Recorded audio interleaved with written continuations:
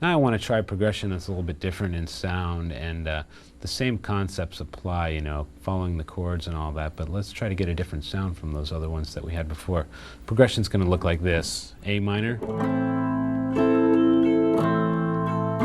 D minor, then F, then E. So what we have is 2 minor chords and 2 major chords, okay? But it still has this kind of sorrowful sound going on here, and we want to follow each chord. Of course, we can obviously follow all chords by staying in the key of A minor. We could do that, and that'd be just fine, but that would be like what I was talking about before with like what other guys do all the time. We want to follow each chord to the best of our abilities. So I'm going to give you an example of following these chords, and then I'll start explaining what has gone on.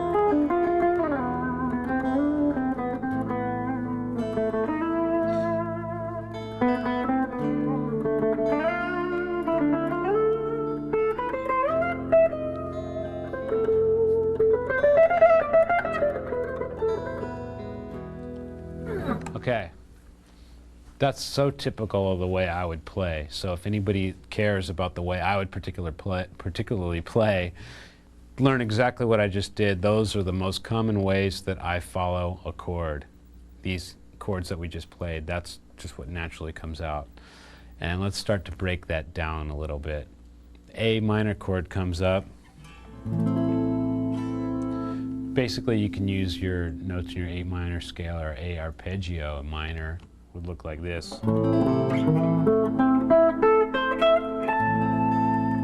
Right, that's your basic 1, 3, 5 root, third, and the fifth. And then when the D comes up, I start to get a little bit more adventurous. So D minor happens. And I like to hit this B note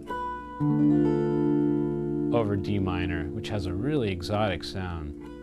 So I like to target myself to that D note. So say I'm playing in the A minor part and I'm going. And then I know the D's coming up, so I try to get to a B really quickly. Because I know what's coming up, I know what note I need to hit, so I try to get it somehow. So D is a real common note for me to hit over that B is a real common note for me to hit over that D minor chord. And also I like to hit F over that, which is like it works nicely in the key of D because it's a minor note. And it's also nice to go to that note because it's not so great to hit that particular note over A minor. Because if you got A minor going, it's not really nice to sit over that note in A minor. It's nice to pass over it. But it's not really nice to sit on it. But when D minor comes, it's totally great to sit on that note for a while. So that's a fresh note that you haven't really sat on and used up too much in the chord before. So if you think about that, say now it's okay to use that F note and lay on it for a while. That's why I kind of break into that note commonly over a D minor chord. And then the F comes up, the F chord. I think taking that concept one step further, a note that you couldn't use on either chord would be like E flat. Like E flat over A minor would sound like this. Not very pleasant. Over D minor would sound even worse. But if you wait until you get to the F chord, you could play it and not pretend, just act like you're playing an F7th over there, you know? You can just go, it's like, oh, I meant to hit that weird note. I meant to hit that note there, you know? Basically, it sounds like you're playing a 7th there, because you are. And for the first time in the progression, you can use an E flat. So I like to break out that note because it's fresh then. So I'll commonly go to that E flat there over F, and then E comes. There's a lot of different things you can do over a major chord in a minor progression. What I did probably the last couple times when I just improvised was kind of subliminally throw in a diminished over that. I probably soloed like a diminished thing.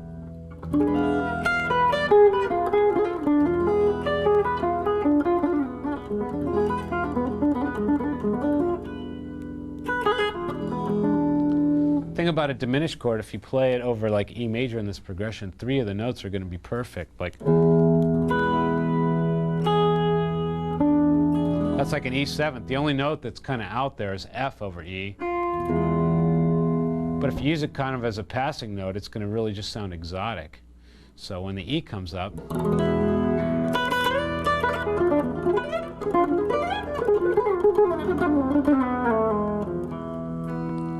so typically I might break into some kind of diminished feel there. So that's just kind of some of the thought processes that happen when I'm playing a progression like that. And that's a really good one to like just tape and loop it for a while and solo over, and then get a feel over what the notes are going to sound like over the chords.